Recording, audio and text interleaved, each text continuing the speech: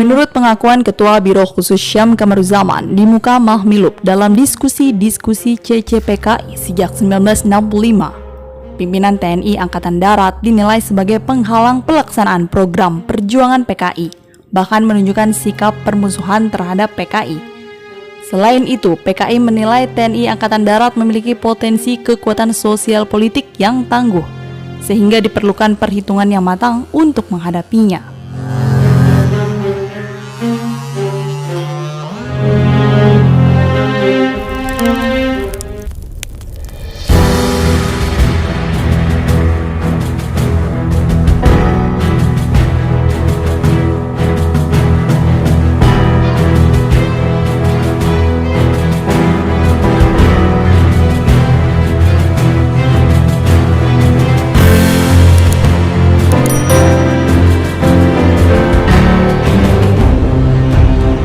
Pimpinan TNI AD yang dianggap menghalangi program PKI antara lain: yang pertama, pengembangan doktrin teritorial dianggap menghambat penyebaran pengaruh PKI di daerah pedesaan.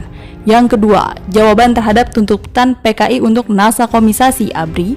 Jenderal Yani menyatakan bahwa keinginan PKI untuk campur tangan dalam pimpinan ABRI dirasa tidak diperlukan. Khususnya partai politik tidak perlu mencampuri urusan Angkatan Darat karena dapat diatur sendiri oleh Angkatan Darat. Yang ketiga, penolakan tuntutan pembentukan Angkatan 5 oleh Menpang AD Jenderal Yani, bahwa pembiayaan bagi pembinaan 4 angkatan bersenjata saja telah cukup berat membebani rakyat, dan bahwa pengendalian komando terhadap 5 angkatan akan menjadi lebih sulit lagi. Yang keempat, dalam seminar TNI Angkatan Darat pada bulan April 1965, TNI AD mengeluarkan sikap, menegakkan Sabta Marga dan Sumpah Prajurit, tetap taat kepada setiap komando presiden atau mandataris MPRS atau Pangti ABRI, PBR Bung Karno, dan waspada terhadap gejala-gejala penyelewengan dari ideologi Pancasila. Menghadapi kenyataan itu, PKI secara sistematis melakukan tindakan memojokkan pimpinan TNI AD dengan tuduhan. Yang pertama, sebagai kabir atau kapitalis birokrat, bertujuan memperkaya diri serta mempunyai maksud jahat untuk merebut kekuasaan. Yang kedua, pimpinan TNI AD bersekongkol dengan feodalis dan imperialis. Tindakan tersebut adalah kontra-revolusioner karena menentang kekuatan progresif revolusioner PKI. Yang ketiga, membuat isu Dewan Jenderal yang menggambarkan bahwa pimpinan TNI AD bermaksud melakukan kudeta sebagai tindak lanjutnya. Dalam briefing CCPKI pada bulan April 1965, diputuskan nama-nama jenderal yang harus disingkirkan: Ahana Sution, Ahmad Yani, Haryono, Suprapto, Panjaitan, S. Parman, dan Sutoyo. Di samping itu pula terdapat beberapa tokoh nasional: Muhammad Hatta, Adam Malik, dan Sukarni.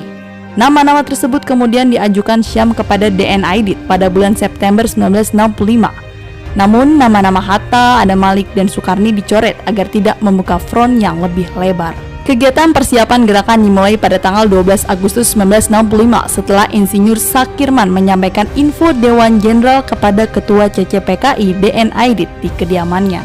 Pada sidang itu dibahas 3 topik, yaitu pertama, kesehatan Presiden Soekarno yang semakin parah dalam bulan Agustus 1965. Menurut informasi Dr. RRC yang merawatnya, Presiden Soekarno tidak akan bertahan lama. Kalau tidak meninggal, ia akan lumpuh. Yang kedua, informasi adanya Dewan Jenderal yang merencanakan kudeta atau coup. Yang ketiga, adanya inisiatif dari para perwira yang berpikiran maju yang mau mendahului coup Dewan Jenderal. Mengenai Dewan Jenderal, menurut pengakuan Waluyo, Dewan Jenderal ini adalah produk biro khusus. Menurut Munir, Dewan Jenderal tidak lebih dari suatu identifikasi, suatu pemberian nama untuk sasaran tertentu. Menurut pengakuan Nyono di depan sidang Mahmilub, pembahasan itu berlangsung selama 3 kali sidang. Isu Dewan Jenderal merupakan isu yang dilontarkan Biro Khusus PKI yang disebarkan dalam bulan Mei, Juni, Juli 1965. Tujuannya adalah untuk memanaskan situasi revolusioner.